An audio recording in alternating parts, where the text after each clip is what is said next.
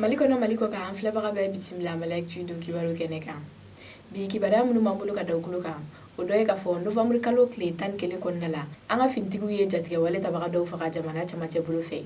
Kunnafoni minnu sera an ma o y'a yira k'a fɔ novembre kalo tile 11 kɔnɔna la, an ka finitigiw kɛrɛnkɛrɛnnenya la Sevare finitigi dɔw olu ni armée de l'air mɔgɔw de kɔni farala ɲɔgɔn kan ni ka nin wale in kɛ. A yirala k'a fɔ ninnu ka nin wale in senfɛ k'u y'u ɲɛsin jatigɛwale tabagaw ka dagayɔrɔ dɔw de ma n'o bɛ jamana cɛmancɛ bolo fɛ ni ka t'olu ci. Nin yɔrɔ ninnu cili senfɛ a yirala k'a fɔ bolimafɛn caman kɔni bɔra a kɔnɔ i n'a fɔ moto ani mobili ko fɛn min ye dugu caman carte d'identité ye k'o fana kɔni yera nin yɔrɔ in na. Ko finitigiw ka baarakɛminɛn caman fana kɔni yera nin yɔrɔ kofɔlen in na. A yirala k'a fɔ nin wale in kɛra sababu ye ni jatigɛwale tabaga caman fana kɔni fagara. Nin wale in senfɛ an ka jamana ɲɛmɔgɔw ye sɛbɛn bila min na u bɛ k'u ka nisɔndiya yira kosɛbɛ k'u bɛ finitigiw fo ni k'u waleɲuman dɔn nin baara in na ko wa k'u b'a ɲini jamanaden kelen kelenna bɛɛ fɛ ko fɛn min an ka finitigiw ye an k'u dɛmɛ u ka baara hukumu kɔnɔna la. Halisa jatigɛwale tabagaw kɛlɛli hukumu kɔnɔna la a yirala k'a fɔ novembre kalo tile 11 hali bi Honbori an ka finitigiw ye jatigɛwale tabagaw ka essence bariko dɔw kɔni minɛ.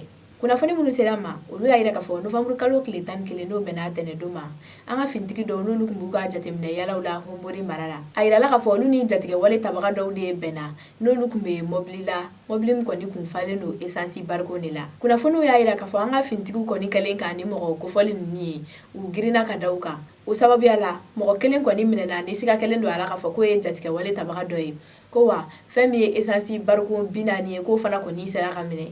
Ni essence bariko ninnu kɔni minɛli bɛna kɛ sababu ye ka gɛlɛyaba don jatigɛwale tabagaw ka baara la sabula ni essence t'u bolo u kɔni tɛna se k'u ka bolimafɛnw boli. O kama a yirala k'a fɔ an ka finitigiw kɔni wililen don k'u jɔ nin wagati in na kosɛbɛ ko fɛn min ye jatigɛwale tabagaw ye f'u k'u tunu ka bɔ an ka jamana kɔnɔ pewu. O tɛmɛnen kɔ ka bɔ yen an bɛ taga Mopti mara la. A yirala k'a fɔ novembre kalo tile 8 kɔnɔna la ECAP mɔgɔw ye bateau 8 di yen finitigiw ma. Kunnafoni minnu sera ma olu y'a yira k'a fɔ novembre kalo tile 8 kɔnɔna la ECAP Sahel Mali n'o ye tubabu jɛkulu dɔ ye n'o bɛ yan dɛmɛ de kɔni donni ma an ma. A yirala k'a fɔ o mɔgɔ kofɔlen ninnu kɔni ye bateau 8 di Mopti finitigiw ma. Kunnafoniw y'a yira k'a fɔ ko ni bateau ninnu n'o bɛ wele ko Pinas ko nin 8 kɔni na 4 de bɛna di Mopti finitigiw ma ko 4 tɔ k'o bɛ taga di Segu. Ni jɛkulu in n'o ye ECAP Sahel Mali ye u y'a yira k'a fɔ ko ni bateau in bɛɛ kelen kelenna kɔnɔna la ko mɔgɔ 10 ani u ka baarakɛminɛw k'o de kɔni bɛ se ka don a kɔnɔ ko wa k'u dikun tɛ dɔwɛrɛ ye walasa fɛn min ye jikan kasara ye ani ji sanfɛla lakanabaliya ni ka se k'o kɛlɛ. Kunnafoni kuncɛla an b'a yirala k'a fɔ novembre kalo tile 11 kɔnɔna la kamalenin dɔ bɔnɛna nin na Koro mara la. Kunnafoni minnu sera ma olu y'a yira k'a fɔ tɛnɛndon novembre kalo tile 11 kɔnɔna la kamalenin dɔ n'ale tun bɛ ka bɔ Madugu dɔgɔkun sugu la. A yirala k'a fɔ bingannikɛla dɔw de kɔni binna ale kan Simeru ale ni Madugu ni ɲɔgɔn cɛ.